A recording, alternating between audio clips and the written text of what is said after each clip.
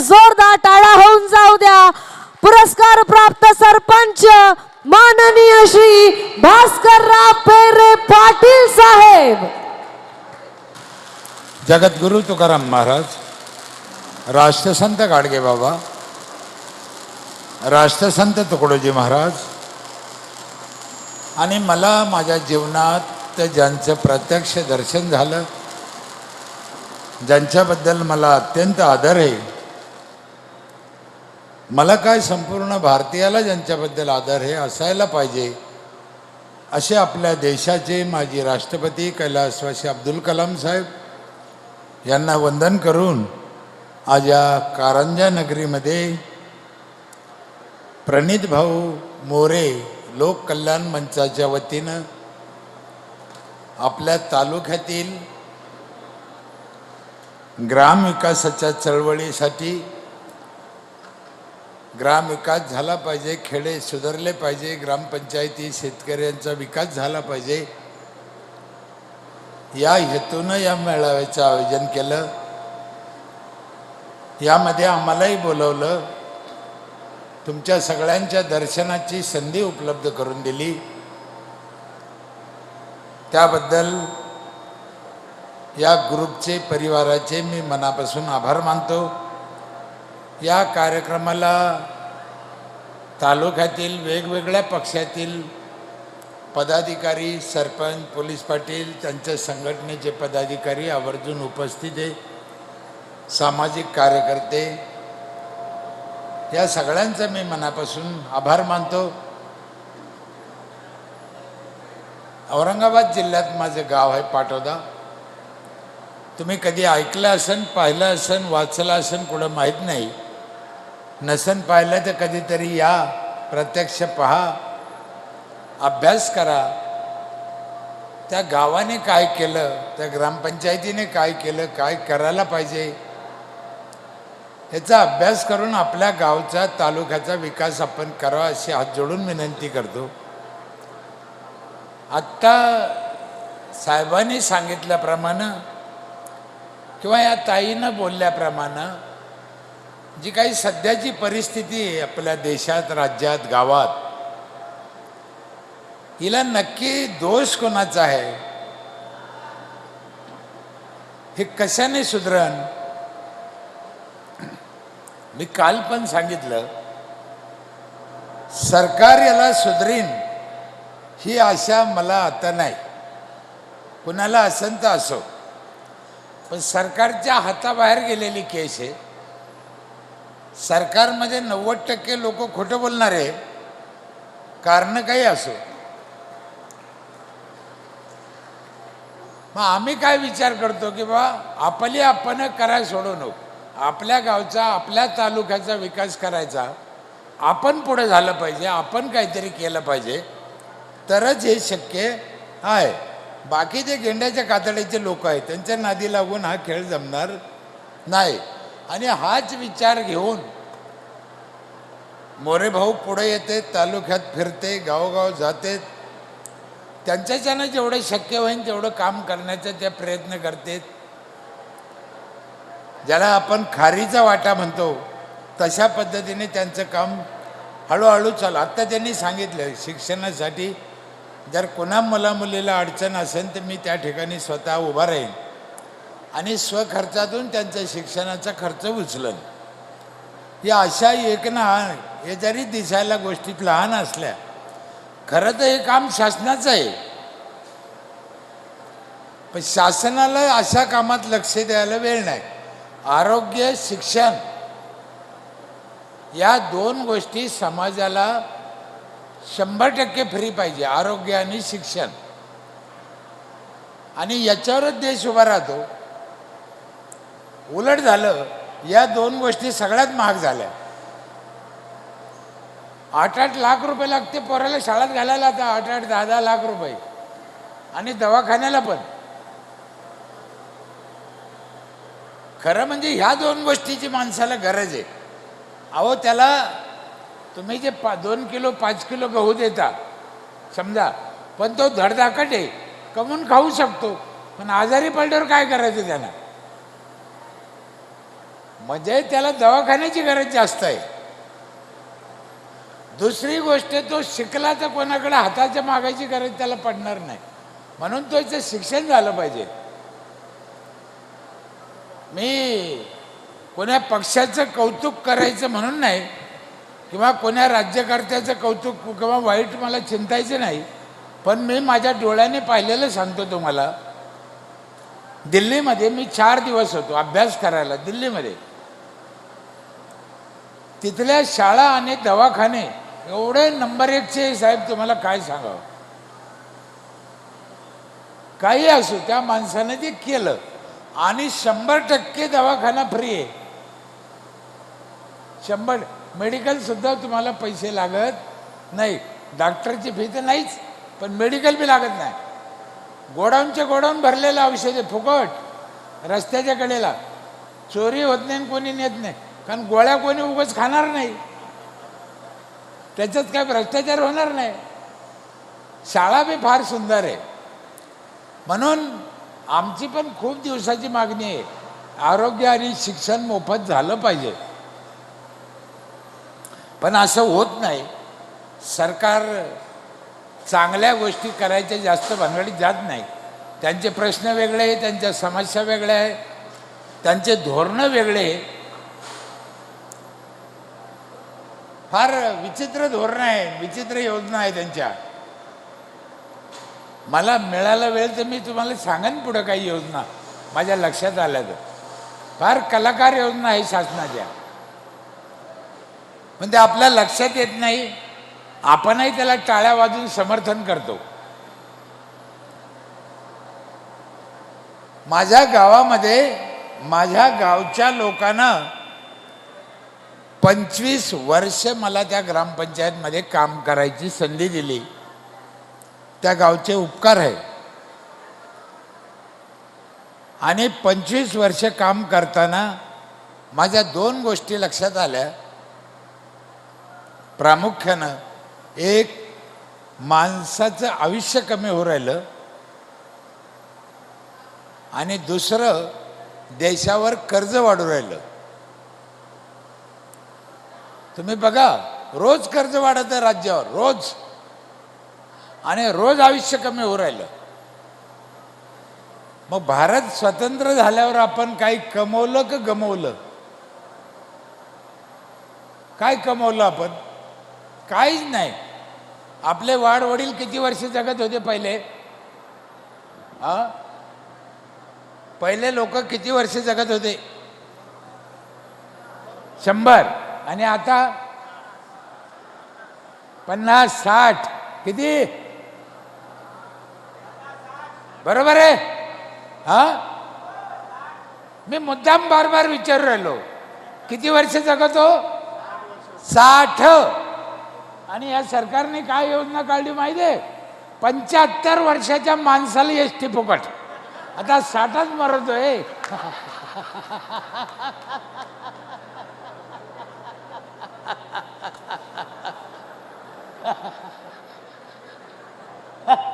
जर 60च मरत असेल तर एसटीत कोणाला फुकट न्यायचं आहे? मग त्याच्या ऐवजी जर आमच्या शाळातल्या पोराला एसटी फुकट केली असती, त्यांचं काही बिघडलं असतं का? पण हे करणार नाही. असा यांचा स्वभाव आहे. विचित्र लोक आहे ते, विचित्र, फार बेकार आहे. मग आम्ही काय विचार केला की यांच्याशी डोकं लावल्यापेक्षा आपण आपलं काय चांगलं करता येतं का?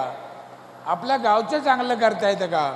आपल्या मतदारसंघाचं चांगलं करता येतं का? हा विचार घेऊन आम्ही काम केलं. आम्ही आमच्या परीने सक्सेस झालो.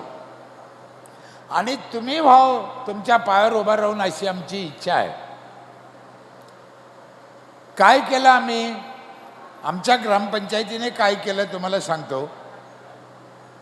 माझ्या ग्रामपंचायतीची 4000 लोकसंख्या आहे. 800 घरं आहे, कुटुंब. एका घराकडून साधारण आम्ही 5000 रुपये टॅक्स घेतो. 5000 एका घराकडून. 40 लाख रुपये मला जमा होत. थोडं कमी करतं का? 40 लाख रुपये मला जमा होते टॅक्स. 32 लाख रुपये माझा खर्च आहे वर्षाचा पंचायतचा. 8 लाख माझ्या पंचायतला नफा आहे. एक घर 5,000 रुपये ग्रामपंचायतला वर्षाला देतं म्हणजे देतच. आणि आमच्या इथली पद्धत काय आहे, वर्षाच्या सुरुवातीला पैसे भरायचे, वर्ष संपल्यावर नाही. तुमच्याकडं पद्धत कशी आहे, वर्ष संपल्यावर भरायचे. भरायचे तर भरायचे, नाही तर नाही भरायचे. आमच्या इथं असं नाही, भरायचेच. आम्ही लोकाला वळण लावलं, ते लोकाला त्यांच्या पायावर उभा करायचा प्रयत्न केला. पण लोक 5,000 का देते? आमच्या इथे काही ज्ञानेश्वर तुकाराम महाराजांच्या अवलदी जन्माला आल्या का? 5,000 काऊन भरते? त्यांना सुविधा पण तशाच आहे. हे जे 32 लाख आम्ही गावासाठी खर्च करतो ना, हे कुठं खर्च करतो माहिती आहे? लोकांसाठी. काय खर्च केलं? माझ्या गावात 5 प्रकारचं पाणी आहे. पहिले 4 प्रकारचं होतं, यावर्षी आत्ता चालू केलं 5व्या प्रकारचं. पहिलं पाणी आहे धुण्या भांड्यासाठी, 24 तास नळ आहे, 1 मिनिट बंद नाही, 20 वर्ष झाले. दुसरा नळ आहे जायकवाडी धरणातून आणलेलं, ते 3ऱ्या मजल्यावर जातं पाणी. बाईनं खाली नाही यायचं, पाण्यानं वर जायचं, बगर मोटरचं. तिसरं पाणी आहे एका घराला 20 लिटरचा जार रोज. कोणत्याही पाण्याला पैसे लागत नाही. एकदा 5,000 भरलं. जार केवढ्याला येतो? 20 म्हणजे महिन्याला 600, वर्षाला 7,000. आम्ही घेतले किती? लक्षात येतं? आणि चौथं पाणी आहे माझ्या इथे, रोज सकाळी पहाटे 5 ते 8 अख्ख्या गावाला आंघोळीला गरम पाणी येतं नळाला. बाईनं चुलीवर तापायचं नाही. नवरा म्हणला मला आंघोळ करायची, तर बाई त्या नळाकडे बोट करते, तो नळन तू करशील तर कर, नाही तसाच मर. या वर्षी आम्ही 5वं पाणी चालू केलं. 5वं. हे शरद पवार साहेब, उद्धव ठाकरे साहेब, आमिर खान, अमिताभ बच्चन, शाहरुख खान पिते का? त्या क्वालिटीचं पाणी माझ्या गावातली शेतात रोजानं जाणारी बाई बगलात बाटली घेऊन जाते. ह्या वर्षी आम्ही चालू केलंय. जपानच्या मशनी आहे साहेब, जपानच्या मशनी आहे, तांब्याची फिल्टर आहे. नंबर 1चं पाणी. तुमच्या किल्ली कंपनीपेक्षाही माझ्या गावचं पाणी चांगलं आहे. आम्ही टेस्ट केला. काय पाहिजे? कारण कोणत्याही डॉक्टरला विचारा, सगळ्यात जास्त आजार कशानं होते? तर पाण्यानं होते. म्हणून पाणी चांगलं पाहिजे. मग त्यासाठी 5-6 गोष्टी ज्या करायच्या, त्यातलं पहिलं काम आहे पाणी. चांगलं पाणी प्या. दुसरं काम आहे झाडं भरपूर लावा, फळाचे लावा. तिसरं काम आहे गावात स्वच्छता ठेवा. चौथं काम आहे मुलांचं शिक्षण चांगलं करा, त्यांना संस्कार द्या. 5वं काम आहे बाहेरचं खायचं नाही, शक्यतो गावातलं आणि घरचं खायचं. 6वं काम आहे म्हाताऱ्या लोकाला जीव लावायचा. गावातले वयस्कर लोक असते ना पुढे, यांना जीव लावायचा, त्यांचा काय असलं नसलं द्यायचं, मदत करायची. कोण्या जातीचा असो, कोणाचं म्हातारा असो, त्याला मदत केली पाहिजे, त्याला जीव लावला पाहिजे. मी आज सकाळी पण साहेबाला तुम्हाला सांगितलं, तुम्हालाही सांगतो की गावाच्या ठिकाणी असलेले जे काही म्हातारे लोक आहे, यांचा सर्वे करून त्यांना मदत केली पाहिजे. आणि त्यांना मदत म्हणजे पैसा नाही लागत, त्यांना फक्त जेवण. असं अन्नदान जर चालू झालं, त्या म्हाताऱ्यांचं आयुष्य वाढतं, त्यांचा आशीर्वाद. माझ्याकडे 5 वर्ष झाले 40 म्हाताऱ्याला रोज जेवण आहे माझ्या इथे. रोज 40 म्हाताऱ्याला. मस्त राहते म्हातारे, लय खुश. त्यांचे गाल वर आले असे, माझ्यापेक्षा चांगले दिसते. आणि तुम्हाला 100 वर्ष जगायचं असन तर 7वं एक काम सांगतो, पण तुम्ही करणार असेल तर सांगतो, नाही तर सांगून काय उपयोग नाही. काय हा करतान का? दुसऱ्यावर जळायचं नाही.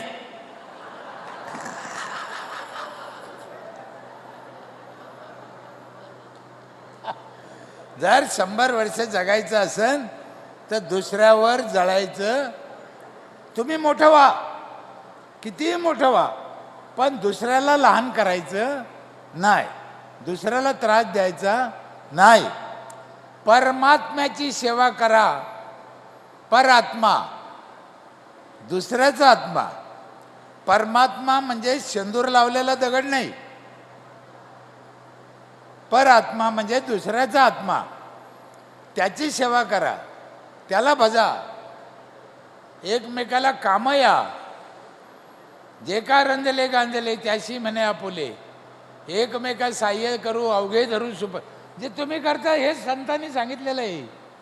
संतांनी तरी काय वेगळं सांगितलं? हेच सांगितलं. गोर गरीब दीनदयाळ ह्या लोकाला, आडी अडचणीतल्या लोकाला कामं येणं हाच खरा परमार्थ आहे. पण हे सहजासहजी कोणाकडून घडत नाही. यासाठी आई वडिलाचं रक्त पण चांगलं लागतं. अशाच लोकांकडून हे घडतं, कोणाकडून हे घडत नाही. म्हणून माझी कारंजा तालुक्यातील नागरिकांना विनंती आहे, नीट अभ्यास करा. जगायचं कसं, राहायचं कसं, करायचं काय, कोणाबरोबर राहायचं, कोणाबरोबर नाही राहायचं, काय खायचं काय नाही खायचं, याचा विचार केला पाहिजे. आपण जगतो म्हणून जगतो, खातो म्हणून खातो, राहतो म्हणून राहतो. दुसऱ्यानं केलं म्हणून आपण करतो, हे बरोबर नाही. आपल्यासाठी काय योग्य आहे ते आपण पाहिलं पाहिजे. जिकडे थंडीचे दिवस आहे म्हणून ते लोक कोट घालते. आता आपल्याकडे मरणाची गरमी असल्यावर कोट घालण्याला चालेल का? नाही चालायचं ना. म्हणून दुसऱ्याने केलं ते आपण करू नये. आपल्यासाठी काय चांगलं आहे, आपल्या भागासाठी काय चांगलं आहे ते आपण केलं पाहिजे. म्हणून चांगलं पाणी प्या.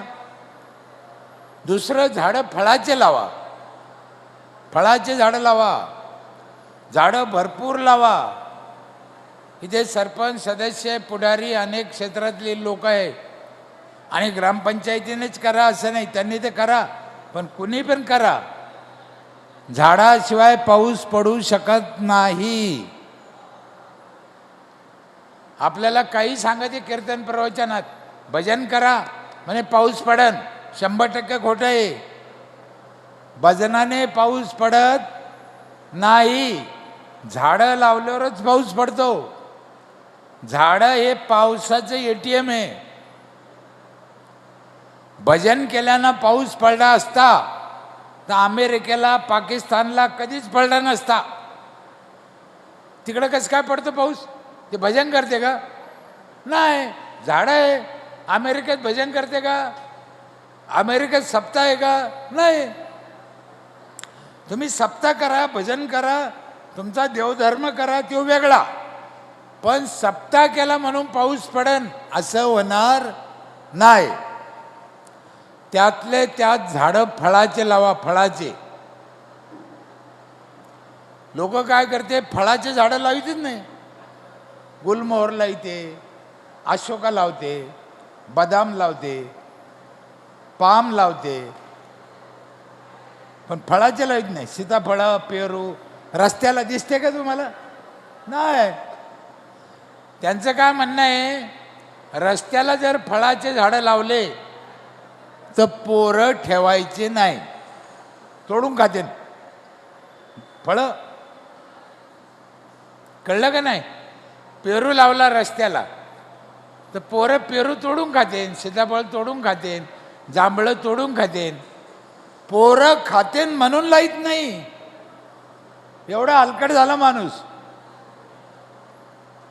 मी एका गावात बोललो होतो, इतका जर तुम्हाला लहान लेकराचा राग आहे, मग त्या भानगडीतच कशाला गेले? काही गरज पडली होती त्याच्या वाचून? रामदेव बाबाच्या आश्रमात राहा ना, कशाला पोरं लग्न? खाते ते खाऊ द्या ना. माझ्या इथे यावर्षी साहेब 1.5 लाख नारळ निघाले. किती? 1.5 लाख रस्त्याला. ग्रामपंचायतनं लावलेल्या नारळाला 1.5 लाख नारळ निघाले आणि दरवर्षी ते वाढत चालले. झाडं बी वाढते, संख्या बी वाढते. आणि आम्ही विकत नाही, पोरं फोडून खाते. गावातले पोरं 1.5 लाख. कशाला म्हणते? माझ्या स्मशानभूमीत कमीत कमी 100 क्विंटल जांभळं निघते दरवर्षी. तुम्हाला जांभूळ तरी खायला भेटलं की यावर्षी? नाही. हे होऊ शकतंय, काही अवघड नाही. यासाठी सरपंच, चेअरमन, पोलीस पाटील, सामाजिक संघटना या सगळ्यांनी पुढाकार घेतला तर अवघड काही नाही. विशेष करून ग्रामपंचायतने पुढाकार घ्यायचा. म्हणून आज सदस्य सरपंचाला जास्त करून बोलवण्यात आलं. आमचा हेतूच तो आहे की गावोगाव हा संदेश गेला पाहिजे. माझ्या ग्रामपंचायतमध्ये एक पिठाची गिरणी ग्रामपंचायतची, जो टॅक्स भरण त्याला वर्षभर दळण फुकट. किती दळून न्या, लग्न करा, साखरपुडे करा, बैलाचा भरडा करा. एका वर्षात दळणाचे पैसे कमीत कमी किती वाचत असेल त्याचे? 2,000. आम्ही घेतले किती? आणि त्याचे पैसे वाचते किती विचार करा. म्हणून सामुदायिकरित्या काम केलं तर फायदा होतो. आम्ही शुद्ध खायासाठी त्याला 10 म्हसनी घेऊन द्यायला. शुद्ध खायासाठी 10 म्हसनी घेतल्या म्हणजे ग्रामपंचायतनं घेतल्या. कशाच्या म्हसनी आहे? शेवाय करायच्या, पापड करायचे, बटाटा चिवडा करायचा, बटाटा चिप्स करायचा, सगळ्या प्रकारच्या डाळी करायच्या, हळद पावडर करायची, धने पावडर करायचं, मिरची पावडर करायचं, ऊसाचा रस काढायचा, मोटरसायकल 4 व्हीलरमध्ये हवा भरून द्यायची. हे सगळ्या मसनी मोफत वर्षभर. साहेब, ऊसाच्या रसात पण भेसळ असती, आपल्या लक्षात येत नाही. ते ऊस चांगला आहे, पण तो जो बर्फ टाकीतो तो कोणत्या पाण्याचा आहे आपल्याला माहिती आहे का? कळलं का नाही कळलं? म्हणून गावातलं खायचं शक्यतो. कचरा आम्ही दर लोकांच्या घरून आणतो, त्याचं गांडूळ खत करतो. प्लास्टिक आम्ही बाजूला घेतो आणि लोक प्लास्टिक वेगळं देत नाही, कचऱ्यात टाकते, खाली टाकते. म्हणून आम्ही काय योजना काढली? जी बाई प्लास्टिक ग्रामपंचायतला वेगळं देईन तिच्याकडून 15 रुपये किलोनं विकत घेतो. प्लास्टिक, गावातलं प्लास्टिक पंचायत विकत घेते. त्याच्यामुळं बाई प्लास्टिक फेकीतच नाही. महिला एवढ्या हुशार झाल्या, तिचं तर ठेवतेच, पण शेजारीन गावाला गेली तर तिचं पण उचलून ठेवते, कारण 15 रुपये किलो आहे ना. म्हणून या लोकाला सांभाळताना अकलीचा वापर केला पाहिजे, डोक्याचा वापर केला पाहिजे. माझ्या इथे शेती करायला एक ट्रॅक्टर आहे ग्रामपंचायतचा, आणि शेतकऱ्याला 30% सबसिडी आहे शेती करायला. म्हणजे नांगर, मोगड, रोटा जर त्याने शेतात आणला आणि त्याचं बिल जर 5,000 रुपये झालं, नीट आहे का, बाजार भावाने त्याचं बिल 5,000 झालं तर आम्ही 3,500 घेतो, 1,500 रुपये त्याला माफ करतो. शेतकऱ्याला 30% सबसिडी देणारी भारतातली पहिली ग्रामपंचायत आहे माझी. सरकार मदत करतं शेतकऱ्याला, करीत नाही असं नाही, पण कधी करतं? तू फाशी घे, मग तुला 2 लाख देतो. आता मेल्यावर देऊन त्याचा काय उपयोग आहे हो? म्हणजे सरकार मरायची वाट पाहतं. तो जगला पाहिजे याच्यासाठी मदत करा ना. एक लक्षात ठेवा, सरकार कोणताही असून कोण्याही पक्षाचं असू, सगळ्या संघ अन्याय करा पण शेतकऱ्यासंग करू नये. महापाप आहे, महापाप आहे. एक दिवस सगळ्या राज्याला देशाला ते फेडावं लागेल. जर शेतकरी मेला तर खाली उरलं काय? का मोबाईल खायचा का? काय करणार? म्हणून शेतकऱ्याला मदत करणं हे काही उपकार करणं नाही, तो आपला धर्म आहे, ते आपलं कर्तव्यच आहे. म्हणून सगळ्याला माझी विनंती आहे की शेती क्षेत्रात चांगलं काय करता येईल याच्यासाठी काम केलं पाहिजे. संपूर्ण गावच्या महिलाला वर्षभर सॅनिटरी नॅपकिन फ्री आहे. 5,000चा हिशोब देतो मी तुम्हाला, अजून संपलं नाही. संपूर्ण गावाला वायफाय फ्री आहे 5,000. तरी माझी ग्रामपंचायत नफ्यात आहे 8 लाखाला, आणि लोक कितीतरी नफ्यात आहे. 42 CCTV कॅमेरे आहे माझ्या इथे. सगळं गाव ग्रामपंचायतमध्ये दिसतं. बाई घराच्या बाहेर गेली पहिले पदर घेती, नाही तर त्या मेल्या सरपंचाला ऑफिसात दिसतं म्हणे.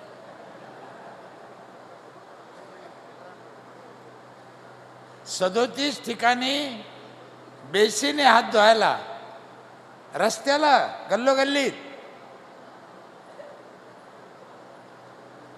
माझ्या इथे काय लिहिलं माहिती आहे? बाहेर काय लिहिते? इथं थुकू नका, इथं लघवी करू नका. आमच्या इथं तसं नाही, इथं लघवी करा, इथं थुका असं लिहिलेलं आहे. इथं थुकू नका हे काय कामाचं? पुढे थुका हे सांगा ना. 30 वर्षापूर्वी गाव हागणदारी मुक्त झालेलं आहे. माझ्या गावाला आत्तापर्यंत 4 ते 5 कोटी रुपयाचे पुरस्कार मिळाले. गावाला एवढे पुरस्कार मिळाले. 10 लाख आमदार कोण घ्यायचे तर 10 वेळेस पाय पडा लागत. माझी विनंती आहे सरपंच लोकाला, गावोगाव ट्रॅक्टर घ्या, शेती करा. ग्रामपंचायतचा ट्रॅक्टर घ्यायला काय लागत नाही, तुमच्याकडे पैसा आहे तेवढा. अनेक मार्गातून ट्रॅक्टर घेता येतं, सरपंच घेतच नाही. ट्रॅक्टर घ्या, माझी हात जोडून विनंती आहे, शेती करा लोकांची. अर्थात गावात काम करताना थोडा त्रास होतो, कटकटी होत्या, वाद होतं, हे बरोबर आहे, पण ते करायचं. संडास का बांधायची हेच लोकांना माहीत नाही. आता जुना विषय झाला तो संडासचा, तरी 2 कारणं तुम्हाला सांगतो. एक कारण आहे, संडासला जायला जर 2 मिनटं उशीर झाला तर आपलं रक्त खराब होतं. ताबडतोब जायला पाहिजे, आणि ताबडतोब जायसाठी संडास आपल्या घरात पाहिजे. झालं, कळलं? दुसरं एक कारण सांगतो. तुम्ही बाहेर जर संडासला गेले, त्याच्यात घाण असते, जंतू असते, किडे असते. नीट अभ्यास करा साहेब. आणि त्या ओल्या संडासवर जर माशी बसली, माशी, तर माशीला पाय असते 6. किती? नीट ध्यान करा, कारंजाच्या लोका हो. माशीला पाय असते 6, आणि एका पायाला जंतू चिटकते 6,000. एका पायाला 6,000. तर 6 पायाला किती झाले? 36,000. आता ती माशी जर अशी संडासून उठली, ती हेलिकॉप्टर हे भिरभिऱ्यासारखं अशी उठली आणि आवलीन आपल्या भाकरीवर बसली, तर किती जंतू घेऊन आली? 36,000. तर आपण भाकर खातो का फेकून देतो? काय करतो? खातो ना. तुम्ही खाता, आम्ही खातो, हे खाते. आता तुम्हाला एक माझी विनंती आहे, आज एकादशी आहे ना, आज एकादशी, आज नका करू, उद्या करा. उद्या घरी गेल्यावर करता का? एक प्रयोग करा. काय करायचं?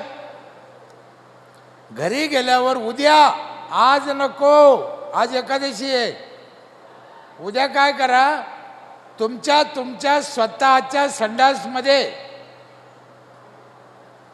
टाचणीचं टोक बुडा. सुई असते ना, तिचं असं टोक बुडा, फक्त टोक, सगळी सुई नाही बुडायची. आणि ते भाकरीला लावा अख्खा.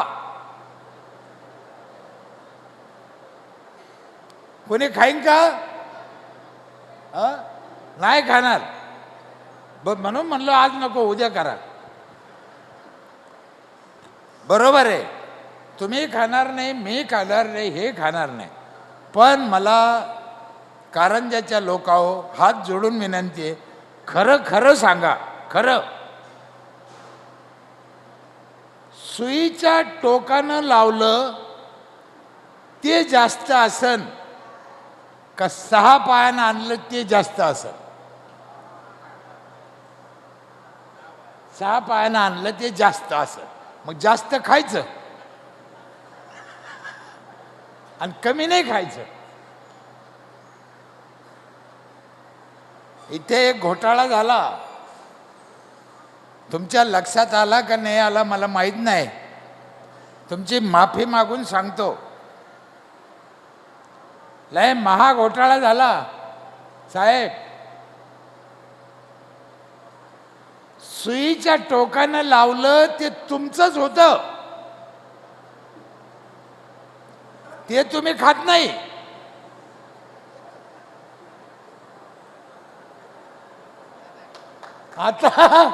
आता मासेनं आणलं ते राष्ट्रवादीचं आहे का मनसेचं आहे का काँग्रेसचं आहे का एकनाथ शिंदे, कोणाला पता आहे? त्याच्यावर काही झेंडा आहे? कोणी कोणाचं खातं, आम्हाला राग येत नाही. कारण काय? आमच्यातलं अज्ञान. मग ते अज्ञान दूर होण्यासाठी गरज आहे ती शिक्षणाची. कशाची? शिक्षणाची. म्हणून पोरायला शिकवा. आपल्याकडे काय झालं, पोरं शिकत नाही, पोरीला शिकून देत नाही. काल आपल्या एका पोरीनं 2 पारितोषिक मिळाले आंतरराष्ट्रीय. पोरी काही कमी नाही, शिकून द्या. आत्ता एक पोरगी काय फाडफाड बोलत होती, तिकडे पण एक पोरगी काय फाडफाड बोलत होती. हे कशामुळं? शिक्षणामुळं. शिकू द्या. लोकाला काय भीती वाटते, मुलीला एकटं पाठवू नये. माझी हात जोडून विनंती आहे, काय होत नाही, पाठवा. नाही तर तिला 200 रुपये रोजानं मरावं लागेल सालभर, आयुष्यभर. बरोबर आहे का नाही? आणि शिकली तर 2000 रुपये रोज मिळेल. म्हणून मुलीला शिकू द्या. आणि आज एकटीला पाठवायचं ते शाळात पाठवायचं गुरुजीकडं, ब्यायचं कारण नाही. पण उद्या 200 रुपये रोजानं जाईन तर ऊस खुरपायला जायचं, तेव्हा काय पोलीस संरक्षण राहतं का तिला? मग आजच पाठवा ना शाळेत. सावित्रीबाई फुले, डॉक्टर बाबासाहेब आंबेडकर या लोकांनी शिक्षणासाठी जे प्रयत्न केले ते उगाच जाऊन द्यायचे नाही. पोराला शिकू द्या.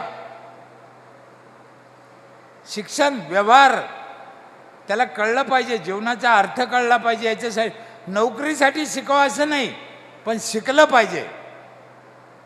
उद्योग करायचा, धंदा. आता हे साहेबाचे उद्योग आहे, शिक्षे आहे म्हणून ना. शिकले नसते तर कसं काय उद्योग केला असता त्यांनी. म्हणून शिक्षणाची गरज आहे. हे सगळं करताना त्रास होतो, कटकटी होत्या, गावात अडीअडचणी होत्या, मला मान्य आहे. आमच्या तिकडे मराठवाड्यामध्ये साहेब नीट ऐका, कुत्रे असते ना, कुत्रे रस्त्याच्या कडेला बसते असे, त्यांची काहीतरी मीटिंग चालते कुत्र्याची. पुढे 2 पाय मागं 2 पाय काहीतरी चालते मीटिंग. आणि एखादी गाडी आली त्या गाडीच्या मागं पळते, अर्धा किलोमीटर पळते ते कुत्रे. आमच्या तिकडे पळते मराठवाड्यात, इकडं काय माहीत, इकडं पण आहे. मला वाटलं इकडं आहे का नाही, आहे का माहीत. ते कुत्रे गाडीच्या मागं काऊन पळते मला अजून कळलं नाही. मी लई पुस्तक वाचले, लय अभ्यास केला. मी आत्तापर्यंत 22 देशात गेलो, खूप शिकलो, पण ते कुत्रे काऊन पळते मला कळलं नाही. पण माझ्या एक गोष्ट लक्षात आली, मोरे साहेब तुम्ही पण लक्षात घ्या आणि ध्यानात ठेवा. ते कुत्रे मागं का पळते मला माहीत नाही, पण कुत्रे मागं लागले म्हणून गाडीवाल्यानं कधी गाडी उभा करून कुत्र्याला विचारलं का तुमचा काही प्रॉब्लेम आहे का. त्यांना विचारायचं नाही. तुमचं काम तुम्ही चालू ठेवायचं, आपली गाडी आपण व्यवस्थित चालवायची. त्या कुत्र्याची एकच इच्छा असते का तुमची गाडी खड्ड्यात पडली पाहिजे, म्हणून कुत्रे मागं लागते. म्हणून तुम्ही कुत्र्याच्या नादी लागायचं नाही. आणि असे 2-4 कुत्रे दर गावात, दर मतदारसंघात असतेच. आता मी काही नावं सांगायची गरज नाही, तुमच्याकडं कोण कुत्रे हे मला सांगायची गरज. हे जन्मजात हलकट जात आहे. यांना स्वतःचं चांगलं करायचं नाही आणि दुसऱ्याचं चांगलं होतं ते पण करून द्यायचं नाही. हे रावणाच्या अवलादीचे लोक हे पहिल्यापासून जन्माला आलेले. म्हणून आपण आपलं चांगलं करायचं. सरपंच सदस्याला माझी एक विनंती आहे, साम दाम दंड भेद वापरा, काही कडक नियम करा, लोकांच्या कल्याणासाठी करा. माझ्या इथे बांधकाम अनाधिकृत बांधकाम होत नाही, गौंडी आमचीच आहे, फेरीवाला येत नाही, लायसन द्यावं लागतं. प्रत्येक गोष्टीला नियम आहे.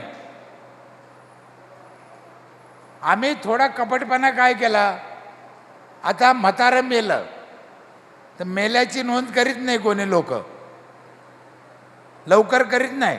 आणि सरपंचाला 1 महिन्याचा अधिकार असतो नोंद करायचा.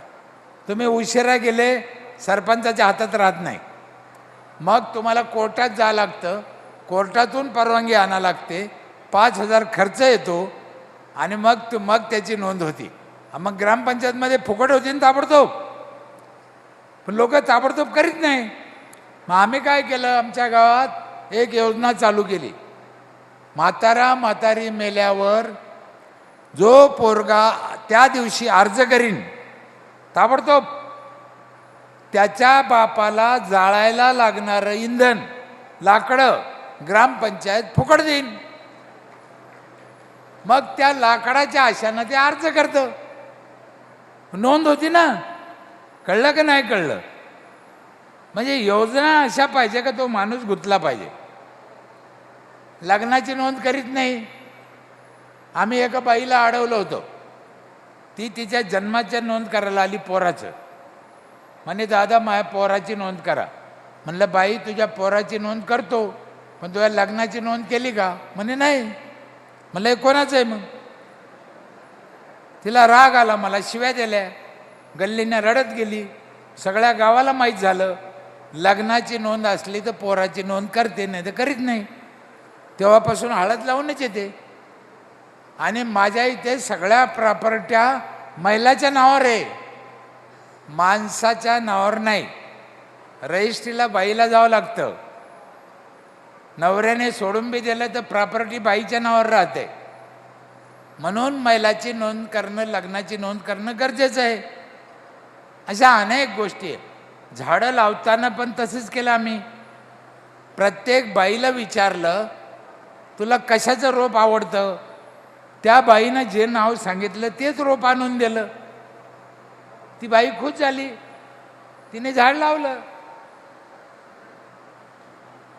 एकदा वट सावित्री पौर्णिमेला पण आम्ही महिलाला वडं लावायला लावले होते.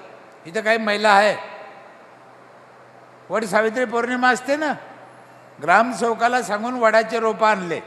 ग्रामसेवक म्हणे महिला वडं लावणार नाही, कुठं लावीन, लय जागा लागते.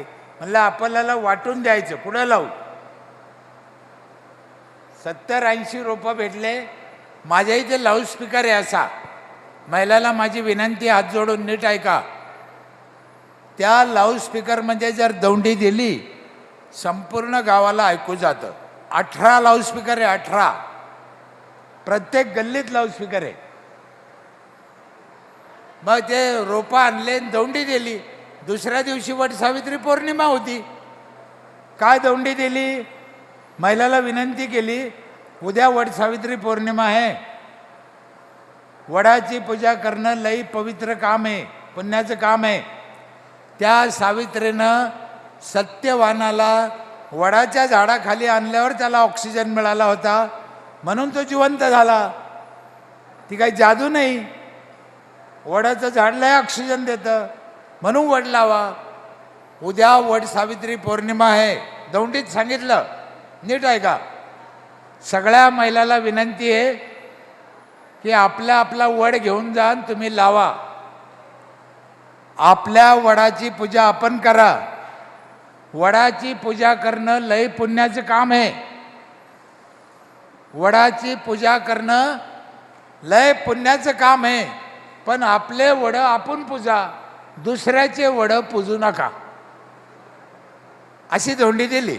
जे महिला पळत आल्या, आम्हाला वड द्या, आम्हाला वड द्या, सगळे वड घेऊन गेल्या पळत. लावले वड महिलांनी, वड पुरले नाही. आणि इथं बसलेल्या महिलाला माझी विनंती आहे, तुम्ही पण वड लावा. तुमच्या डोक्याला ताण वाटत असन, वडाला लई जागा लागती, खोटं आहे. वड कुंडीत लावा. कशात? तुळस लावतो ना आपण, तुळस तसं कुंडीत लावा. घरापुढं शेतात जर वड लावला तर 1 कोटी लिटर पाणी त्याच्या खाली तुंबतं. एवढी ताकद आहे त्याच्यात. 24 तास ऑक्सिजन देतं. आणि दरवाजा पुढे जर वड लावला, तुम्हाला कळतं का बघा महिला मंडळ, दरवाजा पुढे जर कुंडीत वड लावला त्याचा लय फायदा आहे. काय फायदा आहे सांगू? कुंडीत वड लावल्याचा काय फायदा आहे दरवाजा पुढे सांगू का? आपला वड आपल्या डोळ्यापुढे राहतो.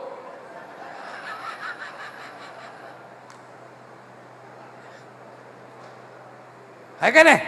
चांगली गोष्ट आहे ना. म्हणून महिलाला माझी विनंती आहे की तुम्ही पण कुंडीत वड लावा. 24 तास ऑक्सिजन देतो ना. अशा एक ना अनेक गोष्टी. आमच्या इथे म्हातारं जर ग्रामपंचायतमध्ये आलं तर चिडचिड करायचं, माझा कागद लवकर द्या, सरपंच कुठं गेला, मेला का, मला उशीर झाला, मला भूक लागली, लवकर कागद द्या. म्हणलं म्हाताऱ्यालाही चिडचिड करते, काय करावं. मग आम्ही 3 मसनी आणल्या, ग्रामपंचायतमध्ये ठेवल्या. त्या मसनी कशाचे? म्हातारा आलं का खुर्चीवर बसायचं आणि त्याचे पाय घालून द्यायचे त्याच्यात. त्या मसनी म्हाताऱ्याचे पाय दाबी द्या खालून, मसाज कर द्या. म्हातारा उठतच नाही ना. चट येईन सरपंच आपलाच आहे, कुठं पळून चालला असं, पाय दाबायला भेटते ना. आणि मसनी कोणाच्या पैशानं आणल्या? त्यांच्याच पैशानं आणल्या. माझ्या गावात ग्रामपंचायतमध्ये मी सांगितलं 38 म्हाताऱ्याला जेवण आहे. एक ना अनेक गोष्टी आहे. हे होऊ शकतं. म्हणून गावोगाव सुधारले पाहिजे. यासाठी या मेळाव्याचं आयोजन आहे. मोरे भाऊ, तुम्ही या तालुक्यामध्ये या मेळाव्याचं आयोजन केलं. सरपंच, पोलीस पाटील, सदस्य, अंगणवाडी ताई, सामाजिक कार्यकर्ते यांच्यापर्यंत चांगला संदेश देण्याचा हा प्रयत्न केला. मी तुम्हाला मनापासून धन्यवाद देतो. आणि तुमच्या संस्थेमार्फत बी, तुमच्या ग्रुपमार्फत मी ऐकतोय कालपासून, वेगवेगळ्या क्षेत्रात तुम्ही काम केलं. शैक्षणिक क्षेत्र असन, शेतीचं असन, मुलामुलींसाठी असन, वृद्धांसाठी असन, आरोग्यासाठी असन, स्वतःच्या खर्चानं प्रत्येक गावात कुठं ना कुठं आरोग्य शिबिर असन, ग्रामपंचायतीला बोर घेऊन देणं असन किंवा ॲम्ब्युलन्स घेऊन देणं असेल, या गोष्टी तुम्ही केल्या. याचा अर्थ कुठं ना कुठं तुमच्या आईवडिलाचं रक्त शुद्ध आहे, म्हणून तुम्हाला चांगले विचार सुचते आणि तुमच्या हातून हे चांगलं गोरगरिबांची सेवा घडते. ती अशीच घडत राहो ही मी परमेश्वर चरणी प्रार्थना करतो. भविष्यात मी तुमच्या हातून या तालुक्यासाठी, गोरगरिबासाठी अशा योजना चालू राहत्या. माणूस कोणताही असो, काही असो, पण समाजाची सेवा केलेलं पुण्य हे कधी वायाला जात नाही. हे एक भांडं भरल्यासारखं दगिना आहे. म्हणून तुम्ही करत राहा. शुद्ध बीजापोटी फळे रसाळ गोमटी जे म्हणते ते खोटं नाही. आणि माझी तुम्हाला पण एक सांगणं आहे, शुद्ध बीजापोटी फळे रसाळ गोमटी हा जसा तुकाराम महाराजांचा अभंग आहे. म्हणजे जसं तुम्ही बी पेरन तसे पुढं त्याला फळं येतील. तर हा अभंग नुसता म्हणण्यापुरता न वापरता, माझे झी टाकीवर कीर्तन झाले पा, तुम्ही ऐकले की नाही माहीत नाही, झी टाकीवर कीर्तन केलेलं आहे मी, जरी सरपंच असलो तर. आणि त्या कीर्तनात मी सांगितलं होतं, मतदान हे पण एक बीज आहे. कारंजाच्या लोकांहो नीट ऐका, मतदान हे पण एक बीज आहे. तुम्ही ज्या पद्धतीने ते बी पेरतान त्याच पद्धतीने त्याला पुढं फळं लागते. म्हणून चांगलं बी पेरायचं का कोणतं बी पेरायचं हे आपापल्या हातामध्ये आहे. कारंजाच्या लोकाला माझी विनंती आहे, सारासार विचार करून गावामध्ये असो, तालुक्यामध्ये असो, आता कोण सरपंच करायचा आपल्या गावातलं आपल्याला माहीत असतं ना. मग तुम्ही जर 2000 रुपये घेऊन मतदान केलं तर त्याला चांगले फळं येते का? नाही येणार.